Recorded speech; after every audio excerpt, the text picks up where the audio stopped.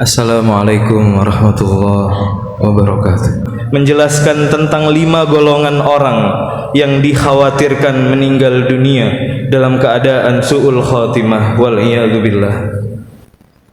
Beliau berkata, wa aktsaru may yukhsha alaihi su'ul khatimah wal iyadu billah al-mutahawinu bis salah wal mudmin li syurbil khamr wal aqu liwalidayhi walladhi yu'dzil muslimin wa kadzalikal musirruna 'alal kaba'ir wal mubiqat alladzina lam yatubu ila Allah minha.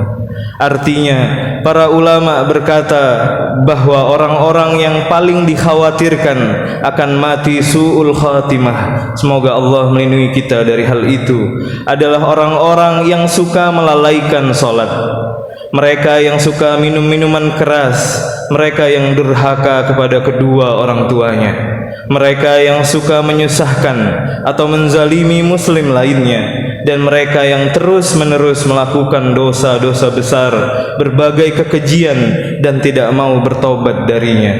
Dari kutipan di atas dapat diuraikan kelima golongan orang yang dikhawatirkan hidupnya akan berakhir dengan su'ul khatimah.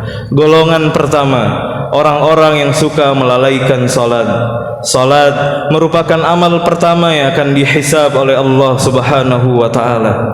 Hal ini sebagaimana ditegaskan dalam hadis Nabi sallallahu alaihi wasallam yang berbunyi, awwalu ma yuhasabu bihil abdu yaumal qiyamah min amalihi salatuh, fa in saluhat qad aflaha wa anjah, wa in fasadat faqad khaba wa khasir. Artinya, sesungguhnya amal yang pertama kali dihisab pada seorang hamba pada hari kiamat kelak adalah salatnya. Maka jika salatnya baik, sungguh ia telah beruntung dan berhasil, dan jika salatnya rusak, sungguh ia telah gagal dan rugi. Hadis riwayat Tirmizi. Oleh karena itu, hendaknya kita selalu menjaga salat kita dengan baik. Dalam keadaan seperti apapun, salat 5 waktu khususnya tidak boleh kita tinggalkan. Prinsip ini hendaknya juga berlaku untuk orang-orang di sekitar kita, khususnya keluarga kita sendiri, sebab ada perintah dari Allah Subhanahu wa taala untuk menjaga diri sendiri dan keluarga dari ancaman siksa api neraka. Salat menjadi hal utama untuk bisa selamat dari api neraka. Maka barang siapa ibadah salatnya sangat buruk, dikhawatirkan hidupnya akan berakhir dengan su'ul khatimah. Jamaah salat Jumat rahimakumullah. Golongan kedua, mereka yang suka mengkonsumsi minuman keras. Minum minuman keras hukumnya haram. Hal ini sebagaimana ditegaskan dalam hadis Nabi Muhammad sallallahu alaihi wasallam yang diriwayatkan oleh Muslim sebagai berikut: kullu muskirin khamrun wa kullu khamrin haram. Semua yang memabukkan adalah khamr, dan semua khamr adalah haram. Para pecandu minuman keras disebut juga para pemabuk. Mereka tidak hanya membahayakan dirinya sendiri, tetapi juga orang lain. Sering kita mendengar kecelakaan lalu lintas akibat pengendara yang mabuk. Sering pula kita mendengar atau membaca berita bahwa seseorang tewas akibat ditikam dengan pisau oleh seseorang yang sedang mabuk. Perkembangan sekarang menunjukkan bahwa tidak hanya minuman keras saja yang membahayakan kesehatan mental manusia, tetapi juga penyalahgunaan obat-obatan bius atau yang dikenal dengan narkoba. Hukum mengkonsumsi narkoba sama dengan minum minuman keras, yakni sama-sama haram.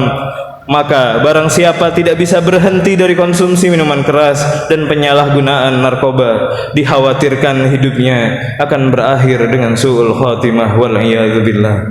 Jamaah salat Jumat rahimakumullah. Golongan ketiga, mereka yang durhaka kepada kedua orang tua. Durhaka kepada kedua orang tua hukumnya haram dan termasuk dosa besar setelah syirik. Hal ini sebagaimana dijelaskan dalam hadis Rasulullah sallallahu alaihi wasallam yang diriwayatkan oleh Anas sebagai berikut: Su'ila Rasulullah sallallahu alaihi wasallam 'anil kabair, qala al-isyraku billah wa uququl walidain wa qatlan nafs wa syahadatuz zur. Artinya, Rasulullah sallallahu alaihi wasallam ditanya tentang dosa-dosa yang besar. Beliau menjawab, menyekutukan Allah, durhaka kepada kedua orang tua, membunuh seseorang, dan kesaksian bohong atau palsu. Sangat masuk akal perbuatan durhaka kepada kedua orang tua, khususnya terhadap ibu, merupakan dosa yang besar. Hal ini disebabkan karena kelahiran anak manusia di dunia ini melalui mereka dengan segala jerih payah, resiko dan tanggung jawab dunia akhirat yang sangatlah berat. Perintah berbakti kepada kedua orang tua merupakan wasiat dari Allah Subhanahu wa taala sebagaimana ditegaskan dalam Al-Qur'an surah Luqman ayat 14 sebagaimana berikut: "Wasainal insana biwalidayhi hamalathu ummuhu wahnan 'ala wahnin wa fisaluhu fi 'amaini an ishkurli wa liwalidayka ilayyal masir." Artinya, dan kami perintahkan kepada manusia agar berbuat baik kepada orang tuanya. Ibunya telah mengandungnya dalam keadaan lemah yang bertambah lemah dan menyapihnya dalam 2 tahun. Bersyukurlah kalian kepadaku dan kepada kedua orang tuamu, hanya kepadakulah kalian kembali. Oleh karena itu, jika seseorang selalu durhaka kepada kedua orang tua dan tidak mau menerima nasihat dari siapapun untuk berbakti kepada kedua orang tuanya, maka anak atau orang tua atau orang seperti itu dikhawatirkan hidupnya akan berakhir dengan su'ul khatimah. Wal'iyadzubillah. Jamaah salat Jumat hafizakumullah. Golongan keempat, mereka yang suka menyusahkan, menzalimi muslim lainnya. Menzalimi orang lain memang bukan persoalan sepele. Allah Subhanahu wa taala sangat memperhitungkan perbuatan zalim yang dilakukan seseorang terhadap seseorang lainnya, apalagi sesama muslim.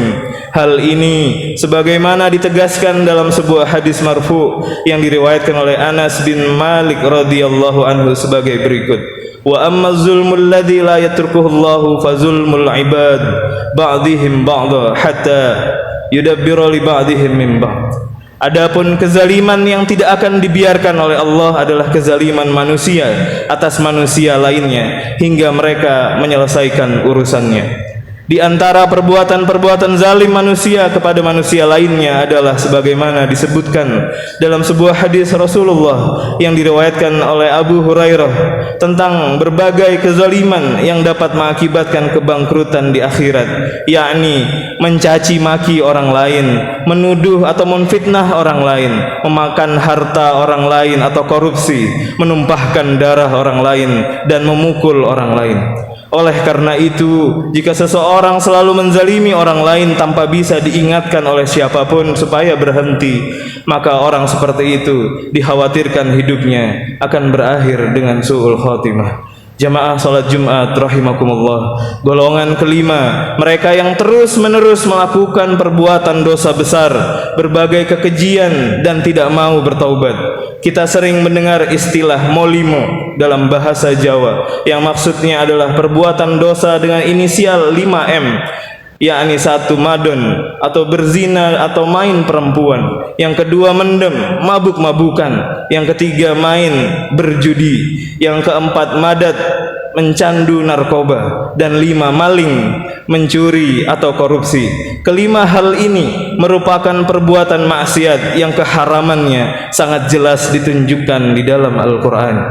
Dalil tentang haramnya berzina ada di dalam surah Al-Isra ayat 32 yang berbunyi: "Wala taqrabuz zina innahu kana fahisyah wa sa'a sabila." Dan janganlah kamu mendekati zina, sesungguhnya zina itu adalah suatu perbuatan yang keji dan suatu jalan yang buruk. Dalil tentang haramnya mabuk, madat dan judi ada di dalam surah Al-Maidah ayat 90 yang berbunyi: "Innamal khamr wal maisir wal ansab wal azlam rijsun min amali syaitan fajtanibu."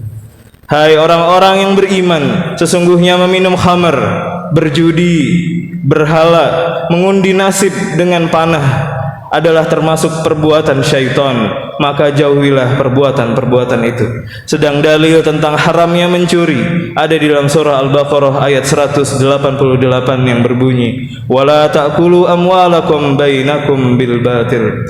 Dan janganlah sebagian kamu memakan harta sebagian yang lain di antara kamu dengan jalan yang batil. Oleh karena itu, barang siapa selalu melakukan dosa-dosa seperti tersebut di atas tanpa bisa diingatkan oleh siapapun supaya bertaubat, maka orang seperti itu dikhawatirkan hidupnya akan berakhir dengan su'ul khatimah wal iyadzubillah.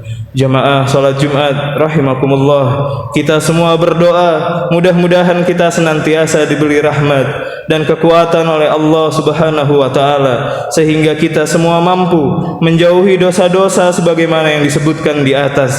Siapapun dari kita tentu menginginkan dan selalu memohon kepada Allah Subhanahu wa taala dengan tiada henti agar kita semua diberikannya husnul khatimah dan dijauhkan sejauh-jauhnya dari su'ul khatimah. Amin amin ya rabbal alamin.